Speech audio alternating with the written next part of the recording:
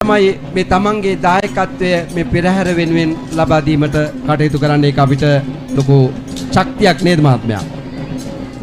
අනිවාර්යයෙන්ම මේ ලබා දෙන ශක්තිය මේ ශිල්පිනියන්ට ලොකු උත්තේජනයක් සපයනවා. මෙන්න තවත් ඉතාමත්ම ආකර්ශනීය පායින්පත් නර්තනයක්. ඇත්තෙන්ම පෙරාතුවේ දැක්කා වූ පන්තේරු නර්තනය හා සමානව ඉතාමත් ජවයෙන් මේ ගැහෙණු දරුවන් විසින් මේ නර්තන ඉදිරිපත් කරනවා.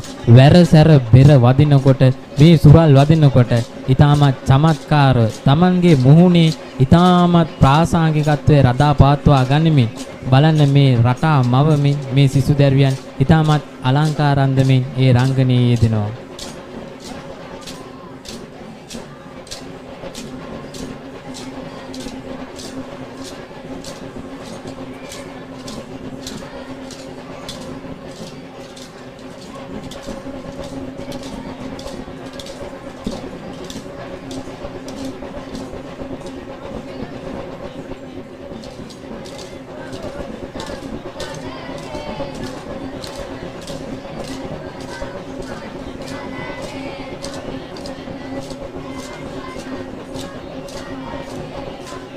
ඒ ඇඳුම හරිය විචිත්‍රවත්. අපේ ගෞරවනීය ස්වාමීන් වහන්සේ මේ මධ්‍යම පළාතේ මහරත් මල් පෙපුණාම රාත්‍රී කාලයේදී මහරත් මල් පෙති මතට පිනිබින්දු වැටුණාම ඒ පිනිබින්දු සඳේලියෙන් දිලිසෙනවා වගේ දසුණක් මේ ඇඳුම් ආයිත්තම් වල අපිට දකින්න ලැබෙන්නේ.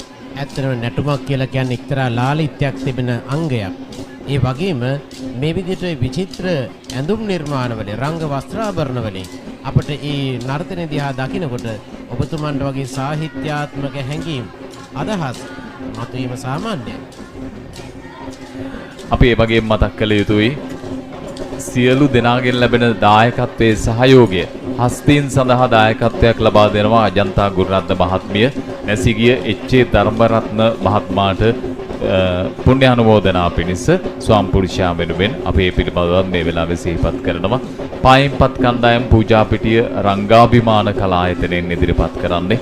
ඉතින් ඒ පායින්පත් නර්තනය තාමත්ම ජව සම්පන්නව කඩිසරව ලාලිත්‍යානුකූලවෙන් මේ බේරි නාදයන්ට අනුගත වෙමින් ඉදිරිපත් කරන ආකාරය අතිශයින්ම රමණීයයි.